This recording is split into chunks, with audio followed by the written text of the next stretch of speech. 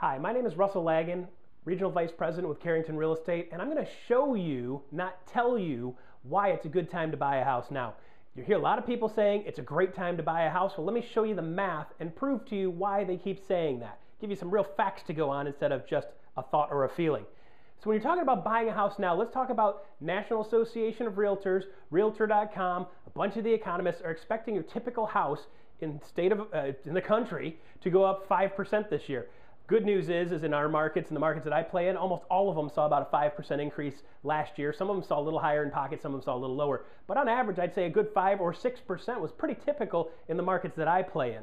So if you take your typical $200,000 house, add 5% to it, your $200,000 house over the year just went up 10 grand. Now you might say, well, that's not the end of the world, it's only 10 grand. But start thinking about this. In some of the markets that our companies run in, we have an entry-level house in the $400,000 range. Some of our California markets, you can't even touch a pile of junk for $400,000 bucks. So if you look at a $400,000 house times 5% appreciation, you're looking at that same house costing you $420,000. So let me make it make sense to you and get a little bit of traction here. It might not seem like a huge deal, but let me ask you this. A lot of times when somebody's not buying a house, they say, I'm not buying a house because I'm saving up money to buy a house.